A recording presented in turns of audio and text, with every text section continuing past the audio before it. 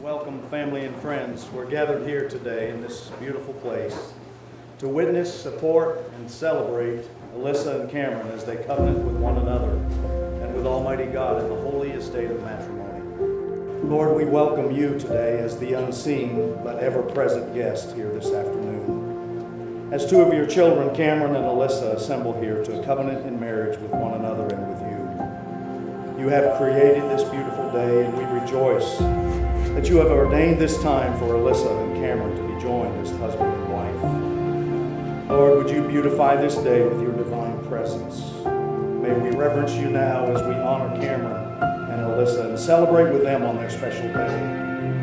God declared in his word in John 15:13, greater love has no man than this, to lay down one's life for one's friend. Cameron, you established a friendship with Alyssa in the beginning of your relationship.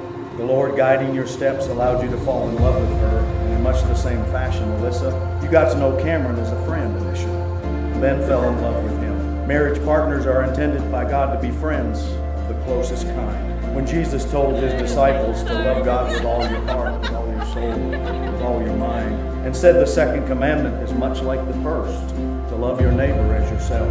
That word neighbor in the original language means near one. And there is no nearer one relationally than the one you choose to be your husband or your wife. Husbands, go all out in your love for your wives, exactly as Christ did for the church. A love marked by giving and not getting. Christ's love makes the church whole.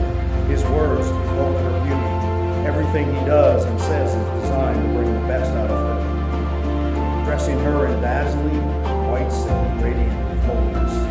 And that is how husbands ought to love their wives.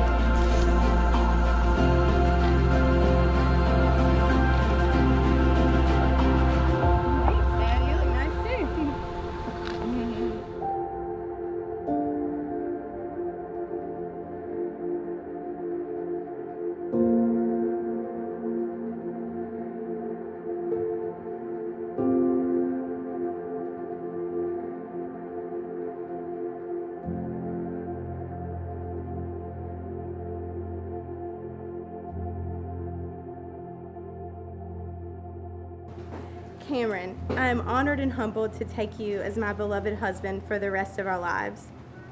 I've often looked forward to this day where I get to make a marriage covenant between God, my husband, and myself.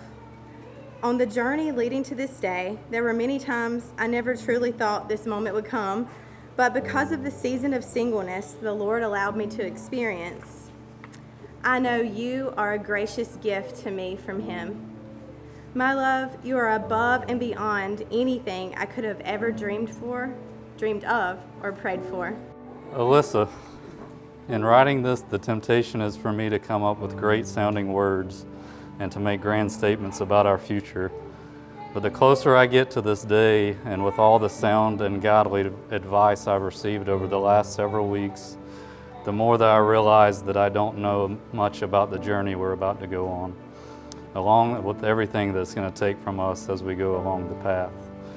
So there's much that I'd like to say, but with the little wisdom I have, I admit that there's a lot that I simply don't know. But although there are uncertainties, there's also excitement and adventure waiting. I, as a minister of the gospel of Jesus Christ, and legally authorized to do so by the laws of our great land, pronounce that you are now husband and wife.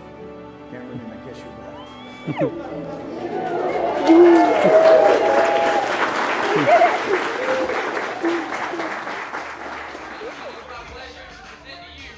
Mr. and Mrs.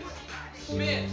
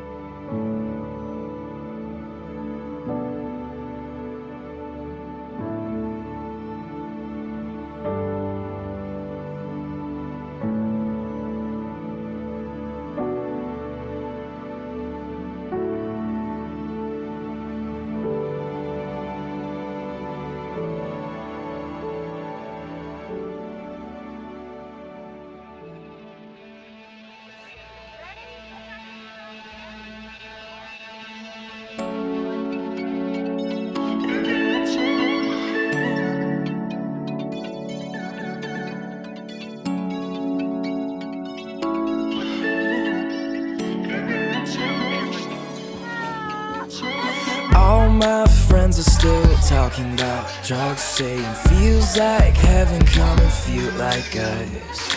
All my friends are out drinking us dry, staying up till 7, still on a buzz. I wanna taste the honey. It feels like it's real, but I can't be sure. Now my eyes are bloody. No idea what I'm looking for. They're all losing their minds behind the closed doors. There's plenty to hide. It never ends and they never know why they still wake up unsatisfied. We're all waking up unsatisfied.